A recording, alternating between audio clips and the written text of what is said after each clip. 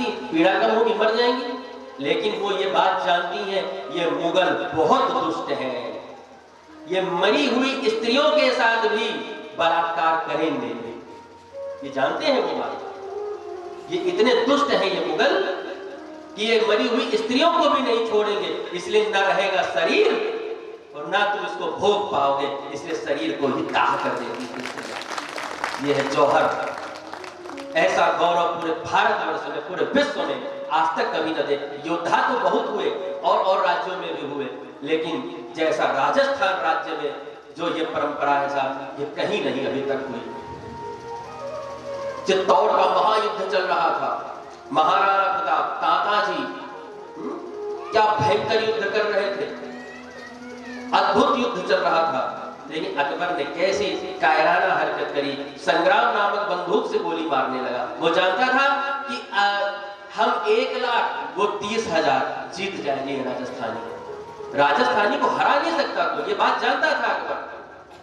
तलवार से, वो अकबर कहता भी था कि तलवार से युद्ध यदि करे कोई राजस्थानी से, तो राजस्थानी को तलवार में कोई हरा नहीं सकता, कोई नहीं हरा सकता। राजस्थानी को हरा अगर मारना है तो छल से ही मार सकते हो। उसने छल किया, बंदूक से गोलियां मारे। ये बात तय हो गई थी तोप और बंदूकें नहीं चलेंगी युद्ध में, लेकिन उस दुष्ट ने तोपें चलवाई उस युद्ध में। तलवार भी युद्ध चल रहा था, क्यों तोपें चलवाएगा? इस इतिहास कि हम साक्षात गवाह हैं, हम समझें। हमारे सामने महाराणा प्रताप के मित्र हैं चक्रपाणि मिश्र, उनकी जो पुस्तक उन्होंने लिखी है अपने मित्र के ऊपर, वो आप पढ़िए। आचार्य राघवेंद्र ने उनको कैसी शिक्षा दीक्षा दी थी। इतना पराक्रमी होने के बावजूद भी महाराणा प्रताप को कैसा उन्होंने शिक्षा दी, चक्रपाणि मिश्र ने अपनी पुस्तक में लिखा। मैंने जब दर्शन किया उस चीज का, साहब कई दिनों तक भोजन नहीं अच्छा लगा हमें, कई दिनों तक हम रोते रहे केवल महाराणा प्रताप की उस जीवनी को पढ़ करके, उन स्त्रियों का वो जौहर सोच करके कि ऐसी ऐसी स्त्रियां हुई हमारे भारतवर्ष में। और आज ये नाटक नौटंकी रील्स पे चला करके उन गरिमाओं को खत्म कर रही है स्त्रियां। सर्वनाश कर दिया इस मोबाइल ने स्त्रियों का। केवल रील्स के चक्कर में थोड़े व्यूज और वो कमेंट्स पाने के लिए दुनिया भर के अश्लील गानों पर वो नाचती है।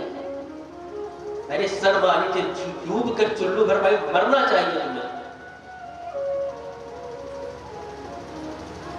जिस दिन तुम इन पटकथाओं को पढ़ लोगे ना, तुमको पता चल जाएगा सिर के पल्लू की वैल्यू क्या है साहब। पल्लू नहीं है वो वैल्यू है, तुम्हारी वैल्यू।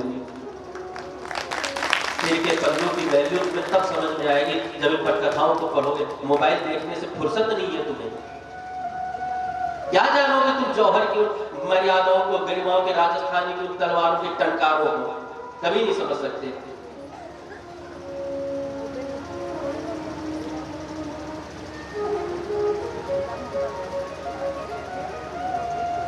नारद जी कथा सुनते हैं, 4 सनकादिक सनत कुमार कथा सुनाते हैं और भागवत जी की महिमा का वर्णन भी करते हैं। कथा का आयोजन जैसे ही सुना, पहले दिन की कथा प्रारंभ हुई। बड़े बड़े ऋषि मुनि आकर के कथा में सम्मिलित हुए, बिन बुलाए। यहाँ तो कार्ड लेना पड़ता है, यहाँ बताना पड़ता है भैया कथा चल रही, आना। वहां पर जिन ऋषि मुनियों को पता चला, भृगुर्वसिष्ठश्च वनश्च गौतमो मेधातिथिर्देवन देवरातौ रामस्तथा गाधिसुतश्च साकरो मृकण्डुपुत्रा त्रिजपिप्पलादाः योगेश्वरौ व्यासपराशरौ च छायासुको जाजनिजन्मुख्या सर्वेप्यमे मुनिगणाः सह पुत्रशिष्याः स्वस्त्रीभिराययुः रतिप्रणयेन युक्ताः। स्वस्त्री, स्त्री इति स्वस्त्री। हर ऋषि मुनि जो साधु थे जिन्होंने विवाह नहीं किया, वो भी कथा सुनने आए। जीते जी जिनको ये पता है मैं चाहे गुरुवार को मरूं चाहे शुक्रवार को मरूं मुझे भगवत प्राप्ति हो जाएगी, वो भी कथा का अवलंबन नहीं छोड़ते। जीवन मुक्त महामुनि जेऊ, जीवन मुक्त महामुनि जेऊ,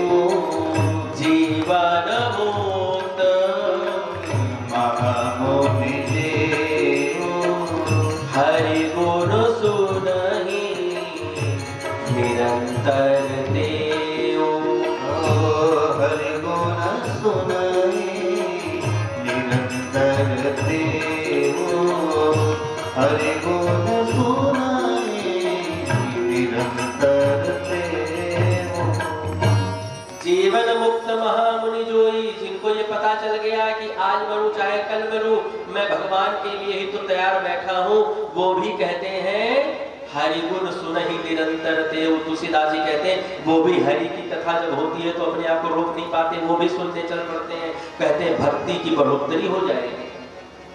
मैंने भी कहा ना, सत्संग एक ऐसा जल है जो आपकी भक्ति रूपी पेड़ को निरंतर सींचता रहता है। तुलसी के पौधे में ज्यादा पानी डाल दोगे तो तुलसी सड़ जाएगी, लेकिन भैया नाम जप वाले पौधे में ज्यादा कथा रूपी पानी डाल दोगे तो नाम जप का वह प्रवाह और खिल जाएगा। अद्भुत नियम बताया, कथा को कैसे सुनना चाहिए, किस प्रकार सुनना चाहिए। कथा को कभी ऐसे नहीं सुनना चाहिए पैर आगे करके, जो लोग ऐसे बैठ के सुनते हैं, इसको बोलते हैं दरिद्रासन। इंद्र भी अगर इस आसन पर बैठ करके कथा सुने तो इंद्र भी कंगाल हो जाएगा। लिखा है भागवत में, दोनों घुटने को मोड़ करके हाथ से बांध करके जो व्यक्ति कथा सुनता है वो दरिद्री हो जाता है। इसको दरिद्रासन, जैसे पद्मासन सुखासन, वैसे दरिद्रासन बोला गया। कभी भी ऐसे पोजीशन में बैठ करके कथा नहीं सुननी चाहिए। जो अगल बगल बैठे उनको कोहनी मार दो ना भैया, ऐसे नहीं बैठा तुम्हें।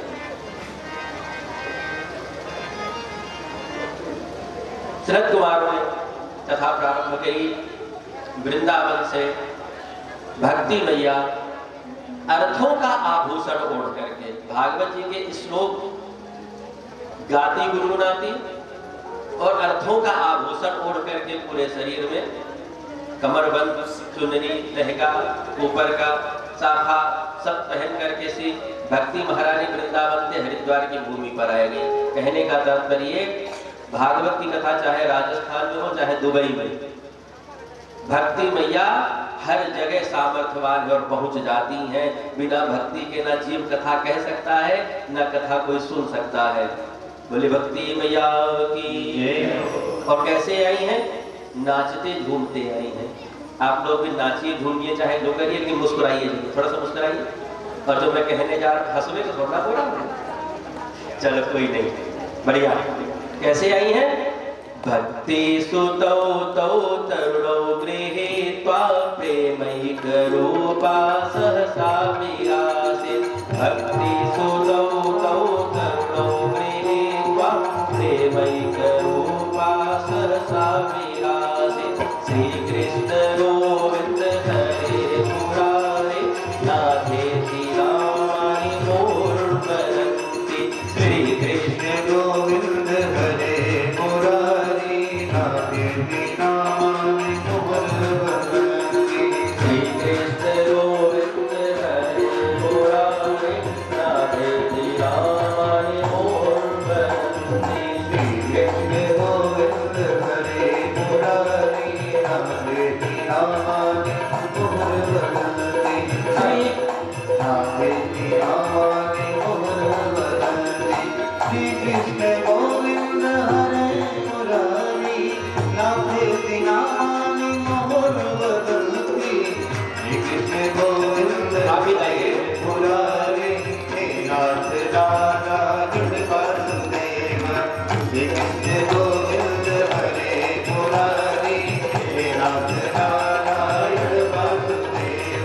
श्री कृष्ण गोविंद हरे मुरारी नाथ नारायण वासुदेव। नाथ नारायण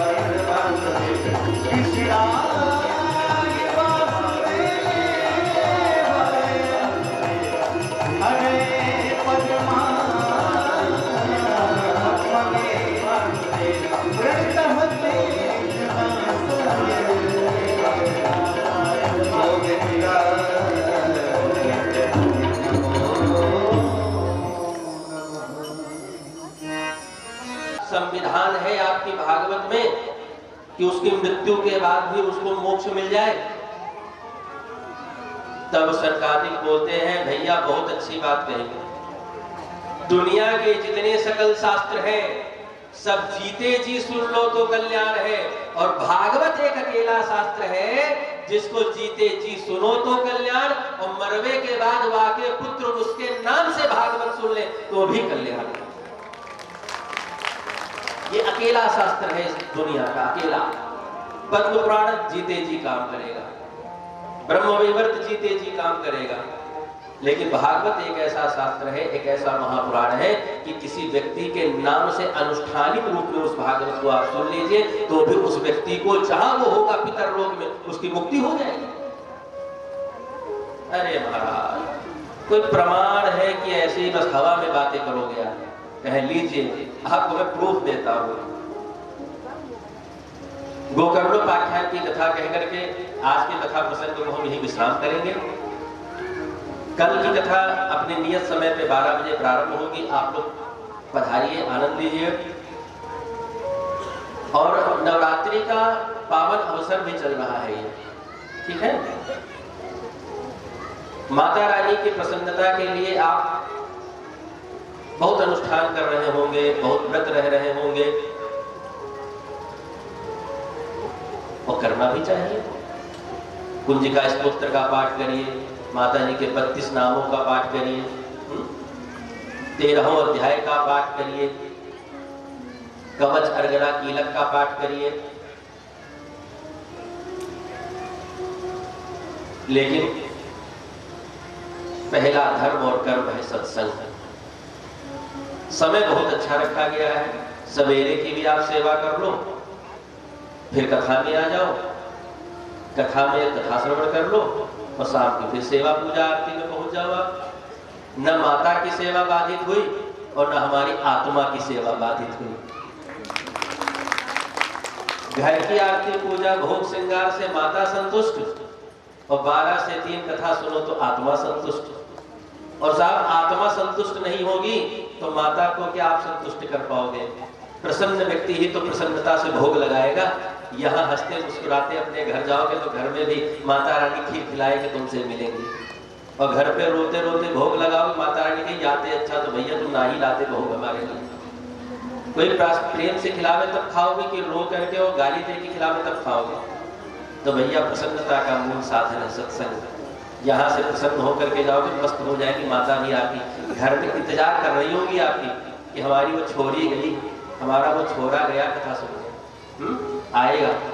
मैं पूछूंगी कि क्या क्या सुन के आएगा, 2-4 चीजें तुम भी यार झोंक देना माता के सामने, माता ये सुन के आए, तुम्हें न पता होंगी, हम बताए रहे तुमको। ऐसे ऐसे हम ब्रजवासी तो ऐसे ही आनंद लेते हैं। हमारे वृंदावन में एक सबसे खास बात है, वृंदावन में सब आनंद लेते हैं। कहते हैं हमारे वृंदावन में सूर्योदय सूर्य से नहीं, राधा रानी के दीदार से होता है। वहां का सूर्योदय सूर्य देख करके नहीं, जब से राधा रानी के दर्शन कर लो, जब बिहारी जी के दर्शन करो तभी सूर्योदय है हमारा। हम रात में भी दर्शन करें बिहारी जी के तो हम सूर्य उदित ही मानते हैं। यह वृंदावन का गौरव है साहब, ये आनंद है। तो कहा कोई प्रमाण है? बोले हाँ प्रमाण है ना। तुंगभद्रा तटे पूर्वम भूतवत्तरमुत्तमं यत्र वर्णाः स्वधर्मेण सत्य सत्कर्म तत्पराः। आत्मदेव नाम के एक ब्राह्मण है, उनकी एक पत्नी है, उनका नाम है धुंधली। पति बहुत भजन करता है, लेकिन धुंधली भजन भजन पूजा पाठ कुछ नहीं करती है। लेकिन उनको कोई फर्क भी नहीं पड़ता। वो ये सोचते हैं कि भैया जैसा मेरा भाग्य था वैसी पत्नी मिली, मेरा पूर्व जन्म का जो कर्म था वो मेरे सामने पत्नी के रूप में आया। अब मैं इसमें किसको दोष दूं? अपने आप को दोष दूं कि अपने माँ बाप को कि धुंधली से शादी कराई? मैं अपने भाग्य को कुछ नहीं कहता, मेरा जैसा प्रारब्ध था पूर्व जन्म का मुझे वैसी पत्नी मिली। बहुत अच्छे कर्म किए होते तो अनुकूल न मिल जाती पत्नी, प्रतिकूल जो मिली है। कोई बात नहीं, जी जाएंगे इसके साथ भी, काटना दे कट जाएगी हमारी। ये अलग कमरे में खा लीजिए, हम अलग कमरे में खा लेंगे, निकल जाएगी गाड़ी हमारी, कोई टेंशन नहीं। आत्मदेव इस विचारधारा के व्यक्ति थे। आप सोचिए कितना मजबूत भजन और कितना मजबूत सत्संग रहा होगा, तो ऐसी विचारधारा है। नहीं तो यहाँ पत्नी से जरा सी गलती हो जाए तो आदमी आग करेट के खड़ा रखे, ऐसे कैसे हो गया? धैर्य नहीं रह जाता और पत्नी 100 बातें सुन करके भी बेचारी सेवा कर लेती है। आत्मदेव भजन करते, पूजन करते, अपने मस्त रहते। संतान नहीं है, दुखी बहुत है। दुखी भी किस लिए? गांव वाले उनको परेशान करते हैं, संतान नहीं, संतान नहीं, संतान नहीं, संतान नहीं, समस्या बताते रहते हैं वो। एक दिन उनके मन में विचार आया कि बात भी सही है, हमारे कोई संतान नहीं है, इसे लगता है पिता हमारे घर का भोजन नहीं ग्रहण करते, हमारे संतान नहीं है इसलिए ये जो तुलसी जी है सूख जाती है, हमारे संतान नहीं है इसलिए गैया के कोई संतान नहीं हो रही है, हमारे कोई संतान नहीं है इसीलिए कोई अतिथि नहीं आता हमारे घर। उनके मन में एक ग्लानि आ गई, उन्होंने कहा कि चुपचाप हम निकलेंगे और आत्महत्या कर लेंगे। वो नदी के दूसरे छोर पर गए, भगवान का स्मरण किया और स्मरण करके जैसे ही नदी में छलांग लगाने वाले थे, पीछे से आवाज आई, कथम रोदिषि विप्रत्वम काते चिंता बलेयसि वदत्वं सत्वरं मह्यं स्वस्य दोषस्य कारणम्। कथम रोदिषि विप्र, हे विप्र तुम क्यों रो रहे हो? काते चिंता बलीयसी, तुम्हें कौन सी बलवान चिंता सताए जा रही है? वदत्वं, मुझसे कहो। आत्मदेव ने देखा मरने के पहले साधु के दर्शन हुए हैं, कोई शुभ संकेत आ गया मेरे जीवन में। सत्संग किया था ना, इसलिए उनको ये बात पता थी कि अनायास आप साधु को बुलाओ तो बड़ी कृपा, लेकिन साधु बिन बताए आपके घर आ जाए तो ये महती कृपा है साहब। इस समय सीताराम जी का घर पूरा मंदिर बना हुआ, नीचे घंटी संग, ऊपरों संग घंटी संग, इनको सोने थोड़े ना दे रहे हैं, 11 बजे तक संग घंटी बजता रहता है। अच्छा, इसका पूर्ण फल भी सीताराम जी को ही मिलेगा, उसके पीछे कारण बताते हैं। मान लो कोई आतंकवादी होए और उसने आमेट में किसी का मर्डर कर दिया और मर्डर करके वो टीकर आ गया और टीकर में किसी गांव में किसी घर में अपने रिश्तेदार के यहां चला गया। पुलिस महीने भर उसको खोजी और महीने भर खोजने के बाद पता चला कि अरे वो तो टीकर गांव में वो अपराधी बैठा है, 1 महीने से पूरी छान रहा है। तो पुलिस आएगी तो अपराधी को पकड़ेगी, लेकिन उस परिवार को भी तो जेल भेजेगी कि नहीं भेजेगी? नियम में है कि अपराधी को जो शरण देता है उसको भी उतनी ही सजा का अधिकार है जितना वो अपराधी को है। तो जैसे किए हुए अपराध का फल अपराधी पाता है, लेकिन अपराधी को शरण देने वाला भी उतने ही पाप का भागीदार है, उतने ही अपराध का, उतनी ही सजा का भागीदार है। उसी प्रकार हम जो भी भजन करते हैं, जो भी पुण्य करते हैं, अरे जब पाप का अधिकार बराबर है तो हमारे पुण्य का भी अधिकार सीताराम जी को बराबर ही मिलेगा। जब छाना जाएगा पूरा टीकर तो कहा जाएगा भैया ये अपराधी गोली मार के आया था, पूरे परिवार को अंदर करो। और जब छाना जाएगा पुण्यात्मा तो कहा जाएगा भैया यहाँ के घर पे लिखो के थे साधु, और यहाँ के घर पे जितना पुण्य साधुओं ने भजन करके किया है सारा का सारा बटता नहीं है। लोग कहते हैं कि साधु ऐसा हो जाएगा, वो भजन उसका खाल कुछ नहीं होता था। तो कहने की बात है, भगवान के यहाँ खुला दरबार है, खुला दरबार। जितना परसेंट भजन का हमको मिलेगा उतना ही इनको मिल ही जाएगा, हमारे खाते से कुछ नहीं कटेगा, ये भी जान लीजिए, उतना मिल ही जाएगा, डबल मिलेगा। जब पाप का भाग बराबर तो साथ पुण्य का भी भाग बराबर, कुछ नहीं कटेगा। अद्भुत बात। उसी अपराधी को कोई कहे कि महाराज हमारे घर चले आओ अपराधी को, तो जिसके घर गया है वो अपराधी, एटीएस की टीम उस घर को भी जेल भेजेगी। तो जा जा के घर जा के पानी पिएंगे हम लोग, उस घर का भी पुण्य ठाकुर जी अपनी डायरी में लिख देंगे। जब पाप में भागीदार बराबर तो साफ पुण्य में भी भागीदार बराबर। बड़ी निसंग सरकार है हमारे प्रभु की, समझ जाओ बस, आपका इनके अलावा कहीं मन नहीं लगेगा, तो समझना है केवल इतना।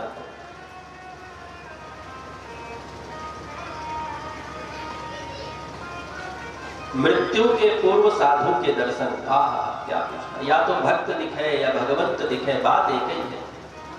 भगवान को कहां ढूंढने जाओगे, कहां ढूंढोगे? चलो मान लिया हरि व्यापक सर्वत्र समाना प्रेम ते प्रकट हो ही मैं जाना, चलो ढूंढो, अब बताओ, ये भी बता दिया, अब ढूंढो। हरि व्यापक सब जगह है भगवान, निकालो ना। प्रहलाद जी ने तो खंभा में निकाल दिया, तुम चार भुजानाथ है प्रकट कर दो। कोटेश्वर को प्रकट कर दीजिए, इतना आसान भी नहीं है ये। निर्मल मन जन सो मनि पावा, मोह कपट सचित पावा। निर्मल मन करना होगा, और निर्मल मन होगा जब कथा सुन करके हमारी आंखों से अश्रुपात होंगे। कथा सुन करके मन हमारा द्रवित हो जाएगा, फूट जाएगा अंदर से। जैसे गुब्बारा जब फूटता है तो कैसा होता है, पानी छिटक जाता है तो गुब्बारा दूर जाके गिरता है। उसी प्रकार हृदय में भरा हुआ न जाने मन है कितना, एक सुई का कोचा न जाने कौन सी बात मेरी सुई की जैसे आपके हृदय रूपी उस गुब्बारे में चुभ जाए और सारा मल निकल करके आंसुओं के रूप में बाहर आ जाए। साहब न जाने कहाँ गुब्बारा, न जाने कहाँ जल, फिर तो हम बावड़ों की तरह कृष्ण कृष्ण जपेंगे। आत्मदेव साधु के समक्ष है, पैर जोड़, हाथ जोड़ करके पैर पकड़ते हैं और कहते हैं महाराज मेरे कोई संतान नहीं है, इसलिए हम मृत्यु का उपक्रम करने जा रहे थे, कोई कृपा करिए आप। उन्होंने मना किया कि भैया देखो तुम्हारे 7 जन्म अवधि पुत्रो नहीं बचा। 7 जन्म अर्थात 7 जन्मों तक कोई संतान नहीं होगी। कहे महाराज जब ललाट की रेखा देख करके 7 जन्मों की बात जान सकते हो तो हमें यह भी पक्का है कि आपके किसी वचन से मेरे संतान भी हो सकती है। अब 7 जन्मों की बात हमको मत बताइए, इस जन्म में संतान दे दीजिए बस। अच्छा, उन्होंने अपनी झोली से फल निकाला और उस फल को आत्मदेव को दिया, कहा जाओ अपनी पत्नी को खिला देना। कोई मंत्र फूका, अभिमंत्रित कर दिया और कहा अपनी पत्नी को खिला देना। जैसे ही तो अपनी पत्नी को खिलाओगे कुछ ही दिनों में वो गर्भवती हो जाएगी। आत्मदेव प्रसन्नता पूर्वक आए, दौड़ करके अपनी पत्नी को सारी घटना बताई, वो फल जाकर के दिया, कहा खा लेना। वो आनाकानी कर रही, बोली कि हाँ हाँ थोड़ी देर में खा लेंगे, मेरे पेट में दर्द हो रहा, भी खा लेंगे, ऐसे करके आनाकानी कर रही हो।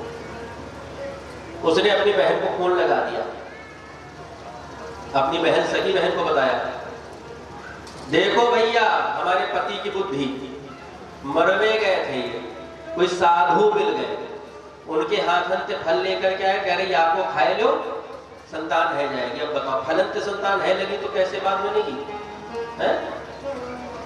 तो उनकी बहन उनसे क्या कह रही, ये साधु बावरे होते या खाली राम राम जपते हैं, राम राम जपवाते हैं, कृष्ण कृष्ण करते हैं, कृष्ण कृष्ण जपवाते हैं, अरे क्या ही लाभ मिलेगा इससे तुमको? तुमको अगर ज्यादा उनकी शक्ति ही देखनी है ना, एक काम करो, इस फल को तुम गैया को खिला दो, संतान होनी होगी तो गैया को हो जाएगी, और तुम काहे अपना जो है 9 महीना खराब करोगे, जैसे जी रही वैसे मस्त जीवन। अरे बड़े कष्ट होते हैं गर्भवती स्त्री को, पेट फूल जाता है, चल नहीं पाती है, खान पान का ध्यान रखना, और तुम तो बताओ तीखा खाती हो, कड़वा खाती हो, सब मना कर देंगे डॉक्टर तुमको, दुनिया भर की झुआ भर दवाई दे देंगे तुमको। ये संतान पालना अच्छी बात नहीं, बड़ा कठिनाई है इसमें। हाँ हाँ बहन तुम सही कहती हो, फल खिला दिया गाय को, कहे पति देवता पूछेंगे तो क्या कहेंगे, उनकी तो अटूट श्रद्धा है साधु जी पर, पूछेंगे कि साधु जी की बात झूठी नहीं हो सकती, तुमने कोई गड़बड़ किया था, हमको कहीं घर से निकाल दिए, हमको डाइवोर्स दे दिए, तब क्या करेंगे हम? चाहे उसका उपाय तुमको हम बता देते हैं, एक काम करो, पति के सामने कम आया जाया करो, और पेट में भागवत जी की सारी लिखी बात मैं आपको बता रहा हूँ, आप पढ़ लीजिएगा घर जाकर। कहा पेट में तकिया बांध लो और ऊपर से रस्सी से बांध करके पीछे गांठ लगाए लो, तो पेट फूला फूला एक बार नहीं कबूला उसने। पति देवता लाए जा रहे हैं, जो वो कह देती, आज मेरा भाई देखो मक्खन मलाई खाने का मन है, पति देवता मक्खन लेके चले आ रहे हैं 2-2 किलो, वो खा रही बढ़िया। आज मेरा ये सब्जी खाने, आज मैं नहीं बनाऊंगी, आज तुम बनाओगे। आप लोग बेचारे रसोई तैयार कर रहे हैं। अरे 9 महीने बाद संतान होगी हमारी भाई, क्यों ना करें हम ये। धीरे धीरे समय बीता, 9 महीने भी बीत गए। प्रसूतिका कक्ष में दोनों बहिनें पहुंची। जैसे ही दोनों बहिनें पहुंची, जैसा उन्होंने सोचा था वैसा ही हो गया। डॉक्टर ने गलत रिपोर्ट बना दी उसकी बहन की, और धुंधली को उसकी बहन ने उसका बच्चा दे दिया। अब तो आत्मदेव ने रसमलाई बांटना प्रारंभ कर दिया पूरे गांव भर में। अरे भैया हमारो पुत्र भयो, हमारो पुत्र भयो, आनंद भयो। अरे जो आनंद नंद जी के नहीं हुआ होगा, नंद के आनंद गयो जय कन्हैया लाल की, वो आनंद तो हमारे गांव में भयो। तुंगभद्रा तटे पूर्व, हमारे पूर्व भाग के तुंगभद्रा नदी के किनारे हमारे पुत्र जन्म हुआ है। हम तो मानते हैं कि मानो साक्षात कृष्ण का जन्म यमुना के किनारे हुआ था, तो आत्मदेव के पुत्र का जन्म तुंगभद्रा नदी के किनारे हुआ है। हम तो अपने पुत्र को कृष्ण से कम नहीं मानेंगे, और हम तो ये मान रहे हैं कि ये साक्षात कृष्ण है। गांव वालों ने भी खूब पढ़ाई करनी। अरे तुम्हारी आस्था प्रबल थी, देखो साधु जी ने कृपा करी, भगवान की कृपा हो गई, आनंद हो गया, तुम्हारे घर में संतान है गई, खूब पढ़ाई हो गई। अब धुंधली से जब कोई बड़ाई करवे आवे तो धुंधली बचे कहीं, क्योंकि जो झूठ होता है वो चेहरे पे दिख जाता है। सत्यता भी चेहरे पर दिखती है, झूठ भी चेहरे पर दिखता है। धुंधली पे दिख जाता था। तो आप लोग कहते तो बड़ी अनमनी अम्मी से रहते, नहीं कुछ नहीं ऐसी है। वो 9 महीने पेट में रखा है ना, तो थोड़ा सा कुछ एडवांटेज डिसएडवांटेज शरीर में बने रहते हैं, इस वजह से थोड़ा सा बना रहता है। प्रभु अच्छा चलो चलो कोई नहीं, कोई खान पान की कमी तो नहीं, कोई दिक्कत नहीं। वो कहते अनार का जूस दिया तो अनार का जूस लेके महाराज पहुंच जाते हैं। खूब आनंद हुआ। धीरे धीरे समय बीता, गाय के भी एक पुत्र हुआ, और चमत्कार, न बछड़ा न बछिया, मनुष्याकार पुत्र का जन्म हुआ। और मनुष्याकार पुत्र के जन्म में कैसे हुआ? उसके कान है गैया के जैसे और शरीर है मनुष्य के जैसा। तो पहले पुत्र का नाम रखा इन्होंने धुंधली के कारण धुंधकारी, और दूसरा जो गाय का पुत्र हुआ उसका नाम रखा गैया जैसे जिसके कान है, उसका नाम रखा गोकर्ण। श्री व्यास जी ने बड़ी सुंदर बात लिखी इन दोनों के विशेषता में। क्या लिखा? कियत् कालेन तौ जातौ तरुणौ तनया बुभौ गोकर्णः पंडितो ज्ञानी धुंधुकारी महाखलः। गोकर्ण कैसे हैं? गोकर्णः पंडितो ज्ञानी। संत के हाथ से मिले हुए प्रसाद का फल देखिए। फल क्या है? गोकर्णः पंडितो ज्ञानी। साधु अपने हाथ से उठा करके माटी का ढेला भी दे दे तो पानी में मिला के खा जाना, और दुर्जन के हाथ के 56 भोग भी मिले तो ठुकरा देना। कियत् कालेन तौ जातौ। गोकर्ण जी महापंडित नाम जप करते रहते निरंतर राम राम राम राम राम राम राम राम राम राम राम राम राम राम, और माता पिता की सेवा करते। लेकिन धुंधकारी बड़ा दुष्ट निकला, बड़ा पापी निकला। वो तो गांव वालों को कष्ट देने लगा। किसी बच्चे को उठा करके कुएं में फेंक देता, किसी बच्चे को कभी कोई चाकू मार देता, और जाकर रोता हुआ, अरे उन्होंने तुम्हारे बेटे को मार डाला, ऐसे करता। जुआ खेलता, शराब पीता, मांस मदिरा का सेवन करता, गंदे आचरण करता, गंदे व्यवहार का पालन करता हो। शास्त्र में जितने नियम लिखे हैं उसका पालन गोकर्ण जी करते हैं, और शास्त्र के विरुद्ध जितने आचरण है वो गोकर्ण धुंधकारी करता है। जैसे गोकर्ण उनका बिल्कुल विपरीत धुंधकारी। समय बीता, माता से पिता से धन मांगा, पिता ने आज मना कर दिया कि जीवन भर तुमने सारा धन मेरा बर्बाद कर दिया है, मूर्ख कहीं का। पिता की छाती पर लात मार दिया, दाहिना पैर था पिता की छाती पर लात मारा। गंदे संस्कार, गंदे आचरण यदि हम स्वयं करेंगे तो अपनी संतति को ही क्या उत्तर देंगे। छाती पर लात मारा, पिताजी अवाक होकर के मेरे बेटे ने मारा, और अवाक होकर के लेट गए और चिल्लाने लगे, चीखने लगे, रोने लगे, हाय राम, मैंने ऐसा कौन सा कुकर्म किया था जो मुझे ऐसा बेटा मिला है। और सच्चाई तो आपको पता है वो बेटा कौन सा है, जिसे पता है ना। और साधु के फल का जो परिणाम है वो गोकर्ण के रूप में है। गोकर्ण जी के जो कान में आवाज गई मेरे पिताजी रो रहे हैं, गोकर्ण जी दौड़ करके आए, पिताजी को गोद में उठाया, पिताजी को ज्ञान दिया। पिताजी से कहते हैं, असारः खलु संसारो दुःख रूपी विमोहकः, सुतः कस्य धनं कस्य स्नेहवान् ज्वलिते सम। यह संसार असार है, दुख रूपी है, और हम मोह की अग्नि में जल रहे हैं। हर व्यक्ति मोह में जलता चला जा रहा है। जैसे एक श्वान मार्ग में पड़ी हुई हड्डी को चबाता है और उसके मुख से खून निकलता है, तो श्वान को यह लगता है कि इस हड्डी में निकल रहा है खून, जिससे मुझको स्वाद मिल रहा है। बाद में जब वो हड्डी फेंक देता है, उसके जबड़े में दर्द होने लगता है, तब उसको ये बात समझ में आती है तो मेरा ही खून में पी रहा था। उसी प्रकार हम संसारियों की स्थिति है, हमारा ही खून हमको पी रहा, हम अपने खून को ही पी रहे।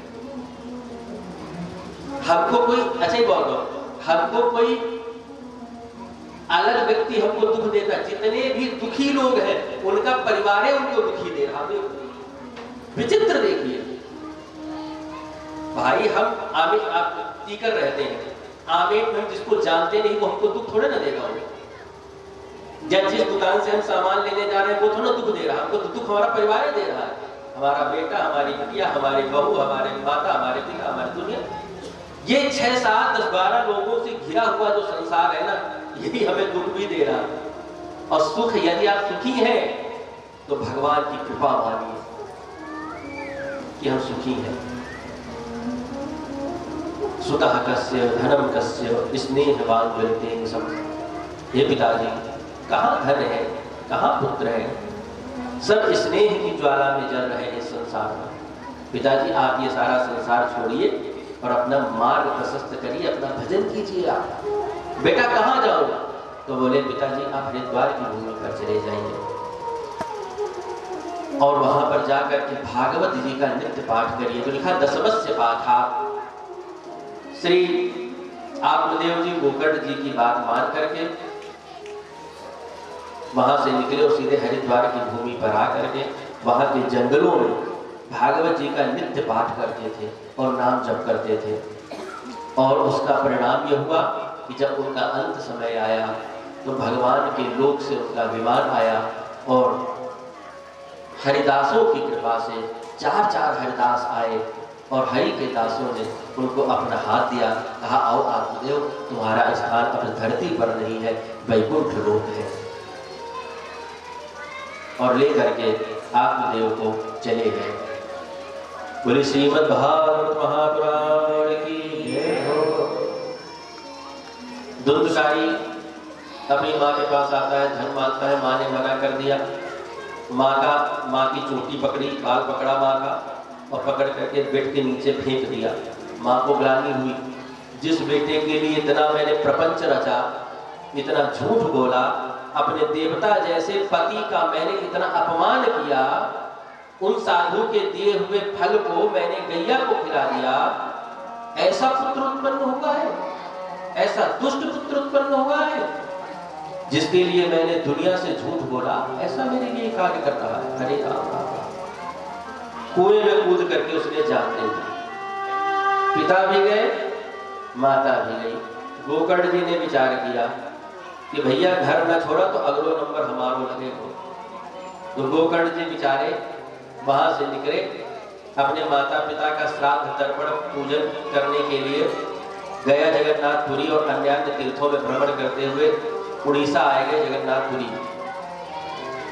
इधर धुंधकारी ने 5 वेश्याओं को अपने घर में जगह दे रखी थी। एक दिन वेश्याओं ने आपस में विचार किया कि कल को जब राजा को पता चलेगा कि धुंधकारी बड़ा चोर है, डाकू है, यही है वो सारे कुकर्म करता रहता है, तो इसके साथ हमको भी जेल में बंद कर देंगे और फांसी पर चढ़ा देंगे। तो उन वेश्याओं ने सोते हुए धुंधकारी के मुख में जलते हुए कोयले डाल दिए और तड़प तड़प करके धुंधकारी की मृत्यु हो गई। जब कोई जीव तड़प करके मरता है और उसकी मरने की इच्छा नहीं होती है, बहुत ध्यान सुनना, बहुत तड़प के और मरने की इच्छा नहीं होती है उसकी, तो उसको अकाल मृत्यु की प्राप्ति होती है। उसको अकाल मृत्यु हुई, वो प्रेत बन जाता है, प्रेत बना हो। और ऐसा, और आप इस कितना भी साइंस आगे बढ़ जाए, कितना भी विज्ञान आगे बढ़ जाए, प्रेत की सत्ता को आप नकार नहीं सकते। प्रेत आज भी होते हैं, भूत आज भी होते हैं, ये भी एक योनि है, इसमें जीवात्मा जाता है और भागवत इसकी पुष्टिकरण करती है।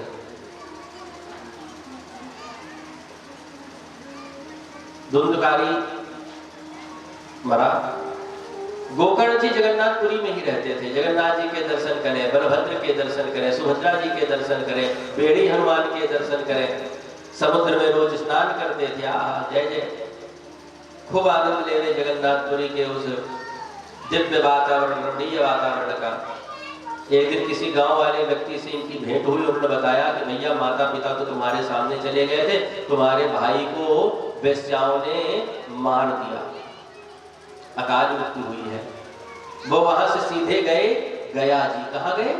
गया जी, बिहार। और वहां पर अपने भाई का, अपने माता पिता का पिंडदान किया, मार्जन किया, तर्पण किया, जो भी श्राद्ध कर्म होता है सब किया उन्होंने। लौट करके फिर जगन्नाथपुरी आ गए, भगवान को समर्पित किया सब कुछ, और वहां से उन्होंने प्रसाद लेकर के अपने गांव आए गए। और गांव आकर के इन्होंने अपने प्रेत बने हुए भाई से मिले और सूर्य देव से इन्होंने पूछा कि मेरे भाई की माता पिता की मुक्ति कैसे होगी। तब सूर्य देवता कहते हैं, श्रीमद् भागवतान् मुक्तिः सप्ताहं वाचनं कुरु। श्रीमद् भागवत महापुराण का 7 दिन वाचन हो गए तो इससे क्या होगा? मुक्ति ही। तुम्हारे भाई को और तुम्हारी माता को जो अकाल मृत्यु में पड़े, इनको मुक्ति मिल जाएगी। गोकर्ण जी गया जगन्नाथपुरी से लौट करके सीधे अपने गांव जब आए, उन्होंने ये बात जानी। गांव वाले भी धुंधकारी नामक प्रेत से परेशान थे, तो उन्होंने कहा कि ठीक है भैया, हम तुम्हारा साथ देंगे, बताओ करना क्या है। क्या करना? कुछ नहीं है, एक व्यास मंच तैयार करो और सामने तुम सब बैठ जाओ और कथा सुनाना शुरू करें। भागवत महापुराण की व्यवस्था करी गई, उनके सामने रखे गए और सारे गांव वाले गोकर्ण जी के सामने बैठे और प्रारंभ किया। सच्चिदानंद रूपाय विश्वोत्पत्त्यादि हेतवे तापत्रय विनाशाय श्री कृष्णाय नमः। प्रथम श्लोक से कथा प्रारंभ करी और प्रारंभ करते करते पूरी कथा हुई। खोखले बास में आकर के धुंधकारी बैठ गया था। 7 दिन जब हो गए तो पूरा बांस फट गया और धुंधकारी दिव्य रूप धरो जाता तुलसी राम वंदिता पीतवासा घनश्यामो मुकुटी कुंडलान्विता। दिव्य रूप धारण करके धुंधकारी सबके सामने प्रकट हुआ। सबने पूछा कौन हो तुम? तो धुंधकारी कहता है, भैया मैं धुंधकारी हूं। कहे तुम धुंधकारी, तुम तो प्रेत बने थे। तो कहा प्रेत बने थे वो पास्ट है, जो अभी देख रहे हैं ये मेरा प्रेजेंट है, फ्यूचर मेरा वैकुंठ में होगा। कहा अच्छा, धन्या भागवती वार्ता प्रेत पीड़ा विनाशिनी, सप्ताहोऽपि तथा धन्यः कृष्ण लोक फलप्रदः। धन्य भागवती वार्ता, धन्य है ये श्रीमद् भागवत की कथा, जो प्रेत पीड़ा विनाशिनी, प्रेत योनि में पड़े हुए जीवात्मा की भी मुक्ति गर्जना करके कर देती है। धन्य है ये भागवत। प्रेत योनि में पड़े हुए व्यक्ति की भी मुक्ति यदि कोई करता है तो श्रीमद् भागवत महापुराण के अलावा दूसरा कोई साधन इस संसार में नहीं। सप्ताहोऽपि तथा धन्यः, और ज्यादा नहीं, 7 दिन। धुंधकारी रोता है, चीखता है, चिल्लाता है, हाय भैया जीते जी कथा मिल गई होती तो मेरी ये दुर्दशा ही क्यों होती। हम तो ईर्ष्या में, डाह में, मत्सर में, लोभ में, काम में, क्रोध में, ईर्ष्या में हमने अपना सारा जीवन बिता दिया। जीते जी भागवत न सुनी हमने। धन्य है जिसके जीवन में आप जैसा भाई हो, उसके तरने में कोई संशय नहीं है भैया, कोई संशय नहीं। बड़ी पढ़ाई करी अपने भाई की। 14 श्लोकों में भागवत जी की दिव्य महिमा का वर्णन किया। डेफिनेशन ऑफ बॉडी, स्नायुबद्धम, सब बातें उन्होंने कही। आगे जब धुंधकारी के जाने का समय हुआ तो हरिदासों ने अपना हाथ दिया, हाथ में हाथ रखा, धुंधकारी को लेकर के जाने लगे। तब उन्होंने कहा कि महाराज सुनो सुनो, कथा तो पूरे गांव वालों ने सुनी है, और विमान खाली धुंधकारी के लिए। तब वो भगवान के दूत कहते हैं, लिखा है, हरिदासा ऊचुः श्रवणस्य विभेदेन फलभेदोऽत्र संस्थितः, श्रवणं तु कृतं सर्वैः न तथा मननं कृतं, फलभेदस्ततो जातो भजनादपि मानद। श्रवण के भेद से फल में अंतर हो जाता है। बात स्पष्ट हुई कि नहीं? नहीं हुई। आप ऐसे समझिए, 1 किलो चीनी लेनी है मार्केट से तो 1 किलो का पैसा देना होगा। 2 किलो चीनी लेनी है तो 2 किलो का पैसा देना होगा।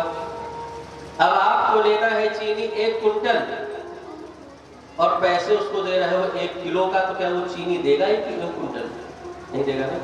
उसी प्रकार जैसे धन के भेद से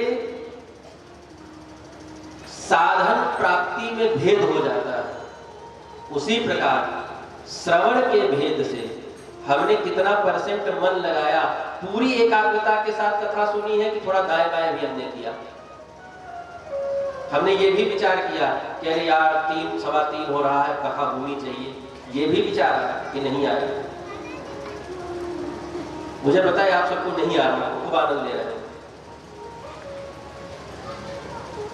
अब आप समझिए, फल भेदोस्त संस्थिता, लिखा है श्रवण के भेद से श्रवण के भेद से फल के भेद में अंतर हो जाता है। आप जितना मन लगा के कथा सुनोगे, आपको उतना ही श्री कृष्ण अपने सन्निकट पाएंगे, या आप श्री कृष्ण को उतना सन्निकट, 4 भुजा के आप उतना सन्निकट पाओगे। और मन से यदि दूरी है तो साहब फिर तो वो दूर बैठे ही बैठे हैं, फिर तो कोई गिनती ही नहीं उस चीज की। तो माता जी की गोद में बैठ करके हम लोगों को भागवत अनुष्ठान सुनने का यहाँ जो शुभ अवसर प्राप्त हुआ है, ये तो सोने पे सुहागा हो गया था। ऐसा माता जी का यहाँ प्रांगण, दिव्य प्रांगण, भव्य प्रांगण, कैसी दिव्य सेवा यहाँ पर, अद्भुत।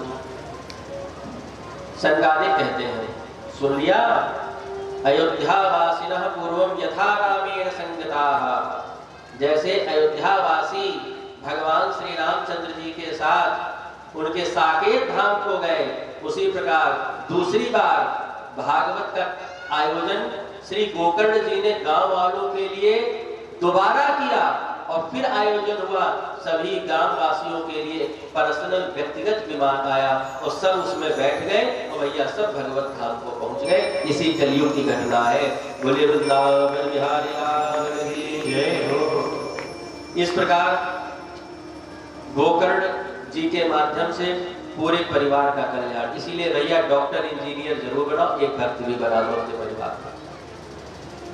वो भजन जरूर करें, वो आरती जरूर करें, वो सालिग्राम को स्नान जरूर करावे, फिर वो चाहे डॉक्टर हो, फिर चाहे इंजीनियर हो, चाहे वो बिजनेसमैन हो।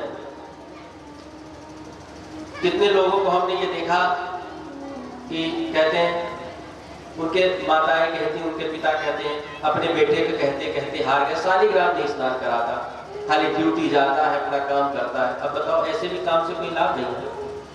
भगवान की सेवा सर्वोपरि। मैंने शुरुआत में बात कही, भगवान की सेवा करो, फिर आपको जो मन हो आप करिए, आनंद करिए, लेकिन फर्स्ट प्रायोरिटी ऑफ गॉड, भगवान को पहली प्राथमिकता हमको देनी ही होगी।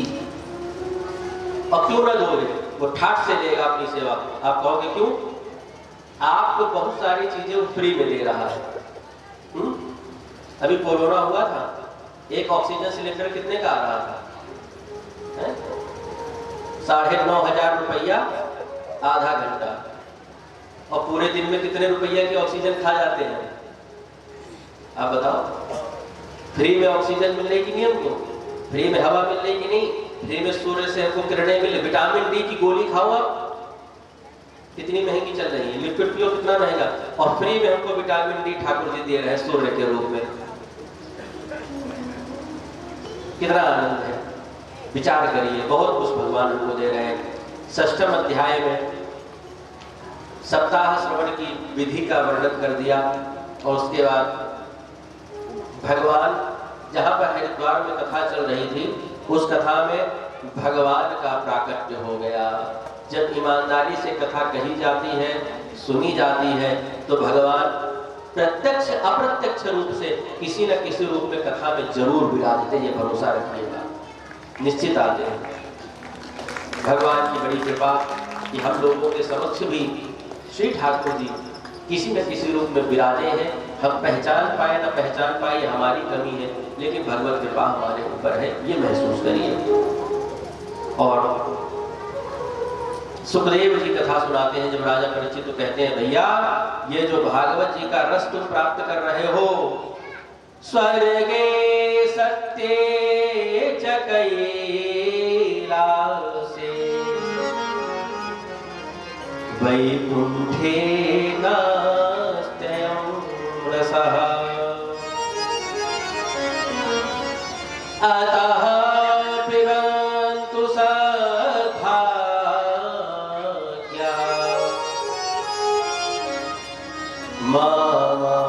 मामुञ्चत कर्हिचित्।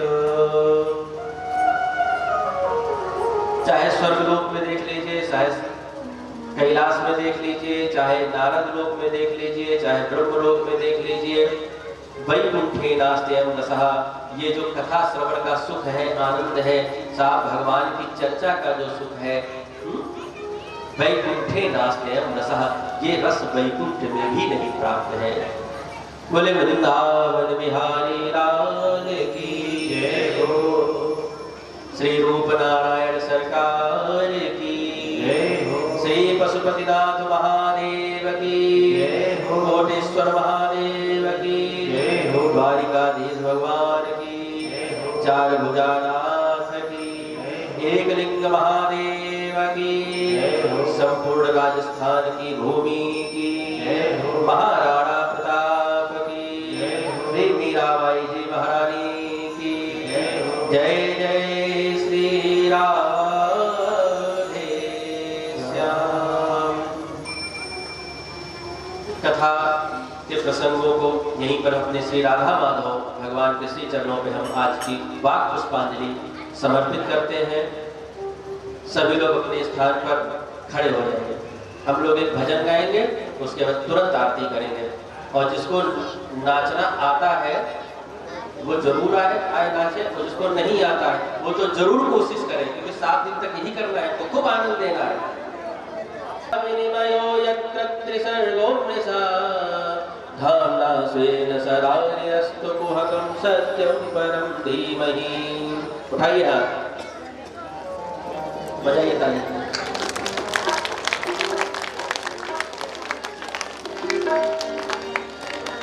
वो जो राधा नाम गाते हैं, जो राधा नाम गाते हैं, उन्हें हरि मिल जाते हैं।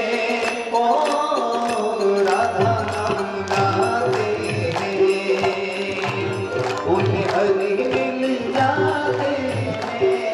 ओ करती है कृपा श्यामा, करती है कृपा श्यामा, ओ करती है कृपा श्यामा, करती है कृपा श्यामा। जो वृंदावन आते हैं, ओ राधा नाम गाते हैं, उन्हें हरि मिल जाते हैं। ओ राधा नाम गाते हैं।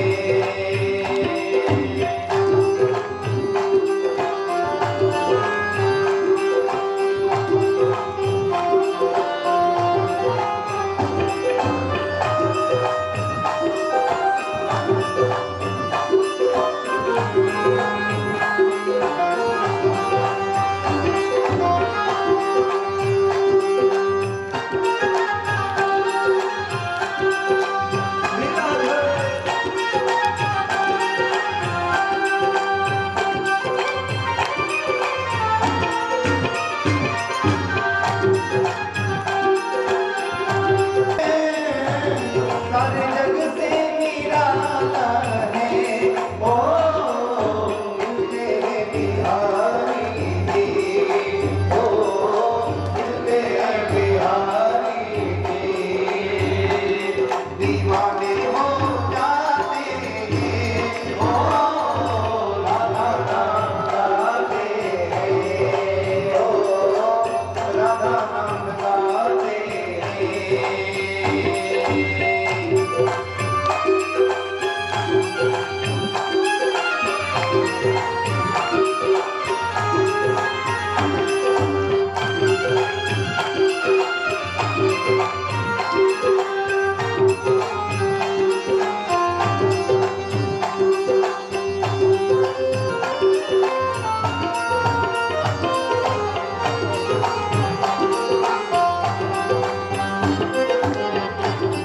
श्री राधे करुणामयी है, श्री राधे करुणामयी है, किशोरी जो दयामयी है। ओ उन्हें मिलते हैं बिहारी जी, मिलते हैं बिहारी जी। दीवाने हो जाते हैं, ओ राधा नाम गाते हैं, उन्हें हरि मिल जाते हैं। ओ करती है कृपा श्यामा, ओ करती है कृपा श्यामा, ओ करती है कृपा श्यामा, ओ करती है कृपा श्यामा। दीवाने हो जाते हैं, ओ राधा नाम गाते हैं, दीवाने हो जाते हैं, ओ राधा नाम गाते हैं, दीवाने हो जाते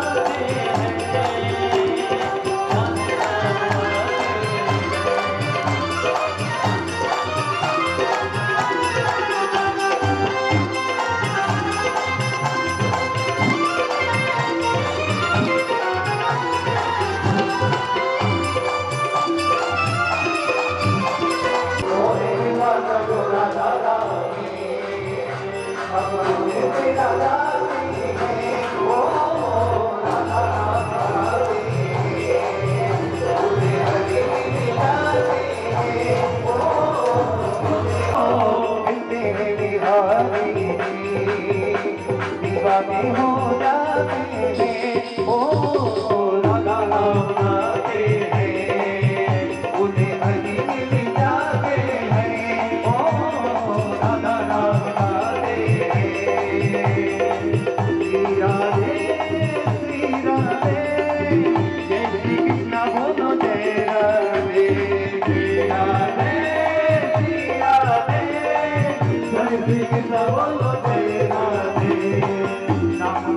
राधा रानी का, नाम मेरी राधा रानी का, जिस जिसने गाया है। नाम मेरी राधा रानी का, जिस जिसने गाया है। श्री बांके बिहारी ने उस गले से लगाया है। बांके बिहारी ने उस गले से लगाया है। दिल्ली में दीवानी थी, दीवाने हो जाने दे। ओ राधा नाम गाते हैं। प्रेम से बोलिए राधा रानी सरकार की जय हो। श्री बांके बिहारी लाल की जय हो। सभी लोग अपने स्थान पर खड़े हो जाए, भगवान की मंगल आरती सभी करेंगे। हरि ओम इदकुं हवे प्रजननं मे अस्तु दशवीरकुं सर्वगणकुं सुस्थाये आत्मसनि प्रजासनि पशुसनि लोकसन्य भयसनि तेरी आरतियाँ, हे गिर धर तेरी आरतियाँ, हे गिर धर तेरी आरतियाँ। आरती गाओ प्यारे आपको मनाओ, आरती गाओ प्यारे आपको मनाओ। कुंज बिहारी तेरी आरती गाओ, कुंज बिहारी तेरी आरती गाओ।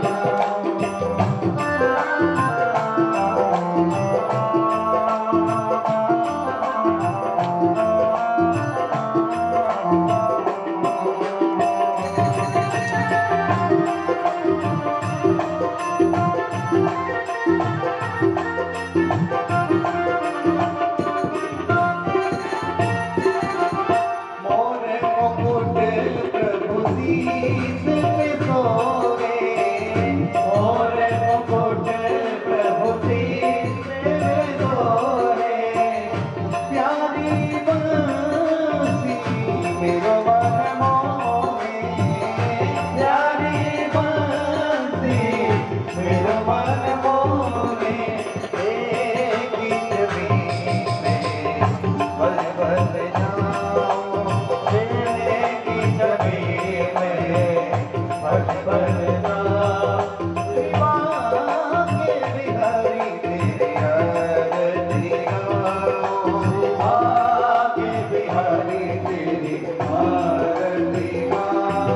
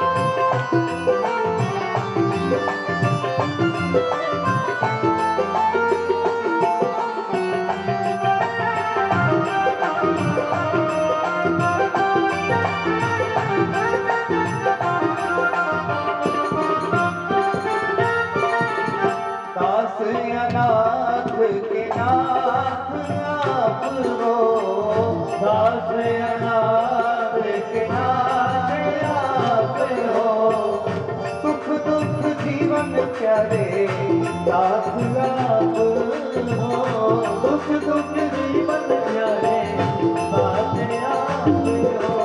उन्हें चरणों में शीश झुकाओ, उन्हें चरणों में शीश झुकाओ। शिवा के बिहारी तेरी आरती गाओ, शिवा के बिहारी तेरी आरती गाओ।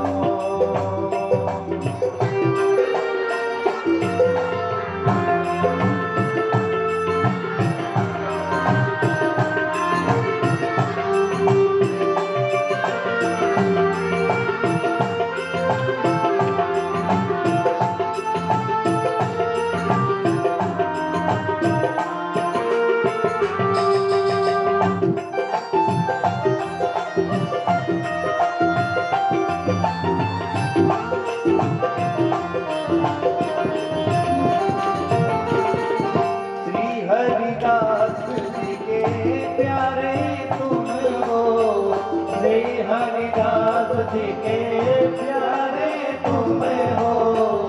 मेरे मोहन जीवन धन हो, मेरे मोहन जीवन धन हो।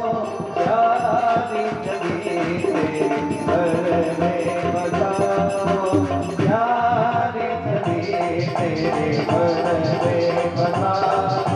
शिवा के बिहारी तेरी आरती गाओ, शिवा के बिहारी तेरी आरती गाओ। कर्पूरी गौरम करुणावतारम संसारसारम गुरुमित्रमारम सदा वदन्तं हृदयारविन्दे। नमः भवानी हरितं नमामि, त्वमेव माता पिता त्वमेव, त्वमेव बन्धुः सदा त्वमेव, त्वमेव वेद्या रमणं त्वमेव, त्वमेव सर्वं मम देव देव। हरे राम राम राम हरे हरे, हरे कृष्णा कृष्ण कृष्ण हरे हरे, हरे राम राम राम हरे हरे। ओ जाकर नाम सुनत शुभ होई, होवे गिरिया प्रभु सोई, होवे गिरिया प्रभु सोई। ओ श्री राम मैं सब जग जानी, ओ करहु प्रणाम जोरी जुग पानी। श्री राम जय जय राम, श्री राम जय जय राम। श्री राधे जय श्री कृष्ण बोलो जय राधे, श्री राधे जय श्री कृष्ण बोलो जय राधे। ओ जय श्री कृष्ण बोलो जय राधे, जय श्री कृष्ण बोलो जय राधे, जय श्री कृष्ण बोलो जय राधे। प्रेम से बोली भागवत भगवान की जय हो। जलेन शीतले कर्णं पुष्पैर्देवादिवन्दनम् आत्मा आरोग्याभिवन्दनम्। अध मंत्र पुष्पांजलि है। ध्यान से सुने। आए हुए सभी भक्त आरती और प्रसाद लेकर ही घर के लिए प्रस्थान करेंगे। ठीक है। देवास्तानि धर्माणि प्रथमान्या शन्नाते हनागं महिमानः सजन्तैर् पूर्वे साध्या सन्ति देवाः। नाना सुगन्धि पुष्पाणि यथा कालोद्भवानि च पुष्पाञ्जलिं मया दत्ता गृहाण परमेश्वरः, गृहाण परमेश्वरे। प्रार्थना पूर्वक मंत्र पुष्पांजलि समर्पयामि। बोलो सामरिया सरकार की। श्री वृंदावन